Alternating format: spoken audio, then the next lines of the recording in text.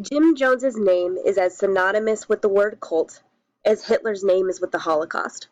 And while ultimately the death of almost 1,000 people will be placed almost solely on Jones, his narrative did not start out as displaying the evil that he would become.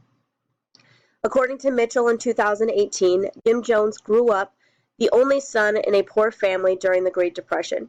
His mom worked to raise him and provide for the family as his father was a disabled war veteran and could not do it himself.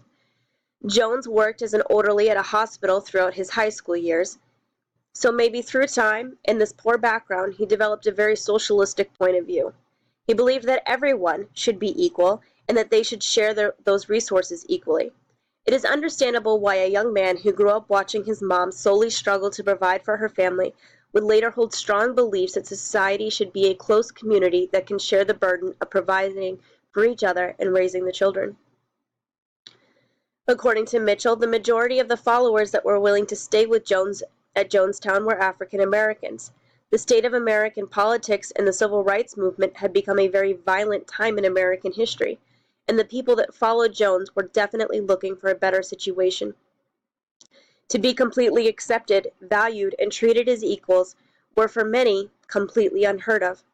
That combined with a community that shared religious beliefs and even got to witness the miraculous, built an incredibly strong, self-sustaining group that was willing to rely on nobody from the outside. The result was catastrophic. Blind faith in a corruptible being was the ultimate failure of the group. It is unknown how many of the group, by the end, truly wanted to remain or how many were forced.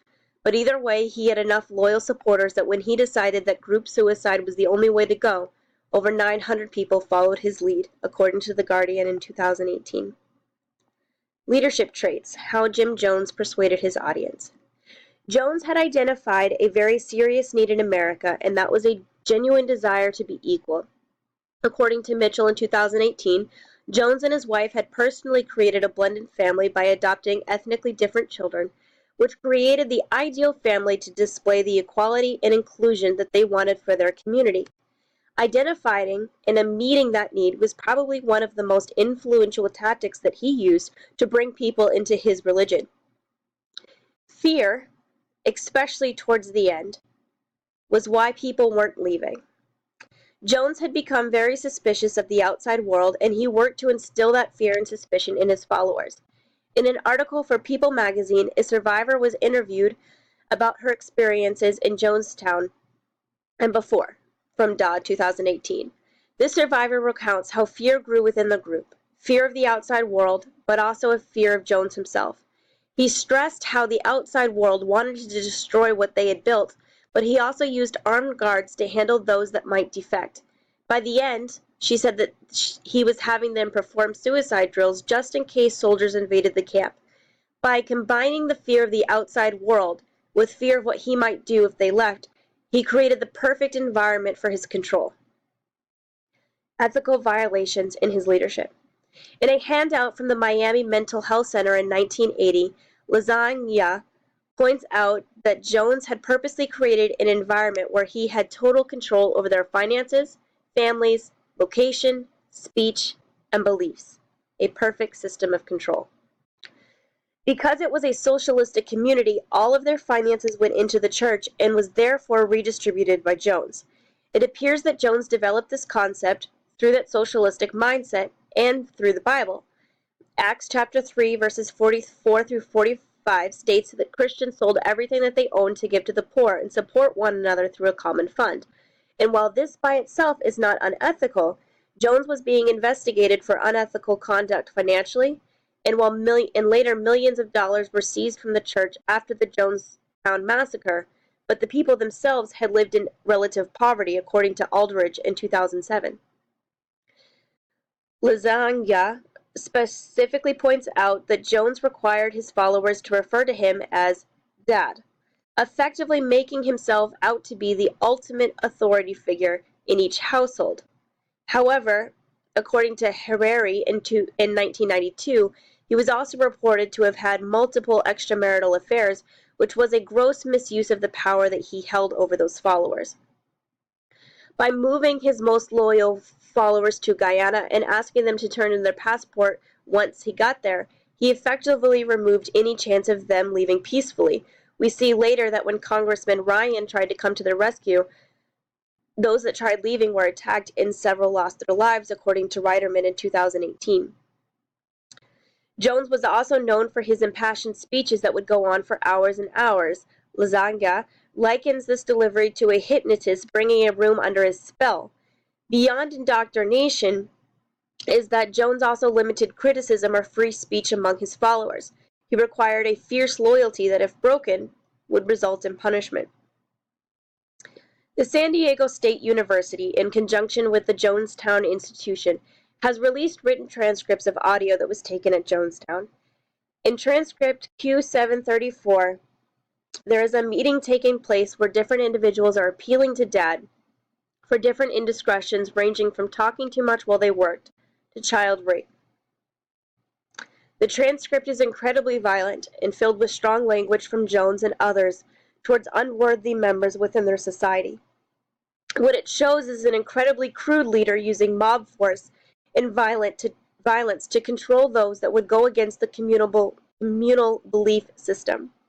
What is interesting is that Jones's entire community was based on creating an accepting, equal environment, but almost naturally, an unequal hierarchy system developed within the group.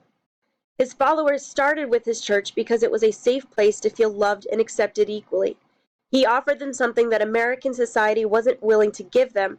However, the offering was a farce. Perhaps it was at one time the community that Jones professed it to be, but at the end, it was anything but. To have undermined his leadership, someone would have needed to be effectively able to make the appeal that Jones and his upper echelon of cohorts were actually taking advantage of the less fortunate. He was pocketing everything that they had, and they had little to show for it.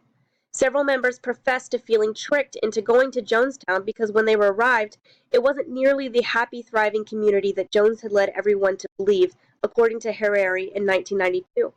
It would appear that a good portion of his leadership was wrought with hypocrisy, and if one was looking to undermine his leadership, they would need to capitalize on that. To undermine Jones, it takes more than just the ability to point out his hypocrisy. The individual would need to have strong communication skills, social empathy skills, and the courage to speak out against a leader that was being blindly followed by his people. Congressman Ryan was probably the closest leader to undermine Jones's leadership, but it was a failed endeavor that resulted in more lives lost. For a leader to have really been effective against Jones, it would have had to be someone that was dynamic enough to really catch the attention and spark a desire or hope for something better in Jones's emotionally battered group.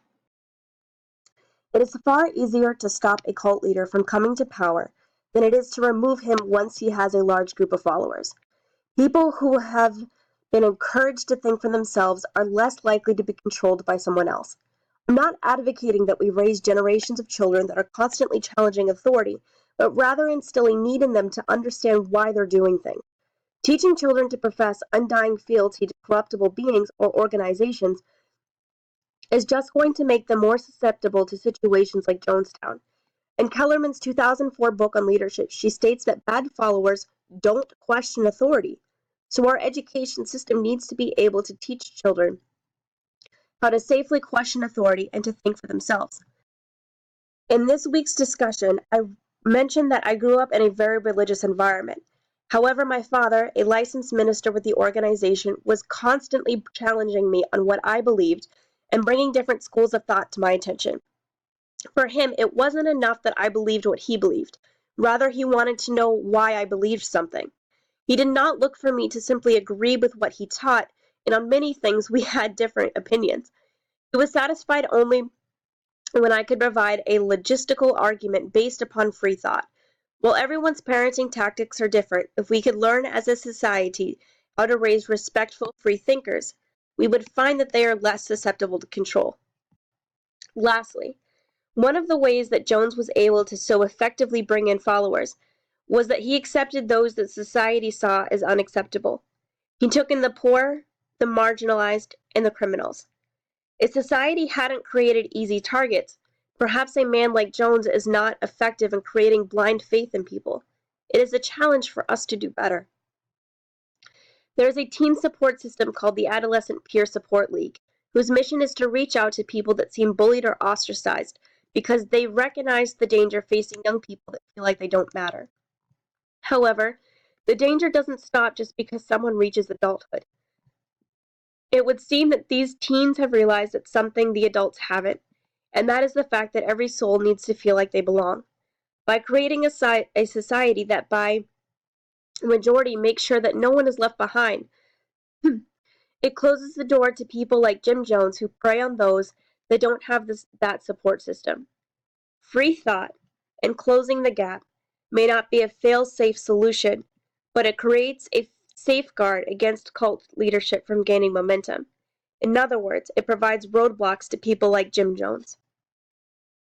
I use 9 different sources in conjunction with the leadership principles from the Kellerman book, all providing background that has been found on Jim Jones in Jonestown. Most of it was from the Ashford Library, and I tried to find things that were from the last few years just because as more information has come out, as psychologists have studied the survivors, a bigger picture of Jonestown has been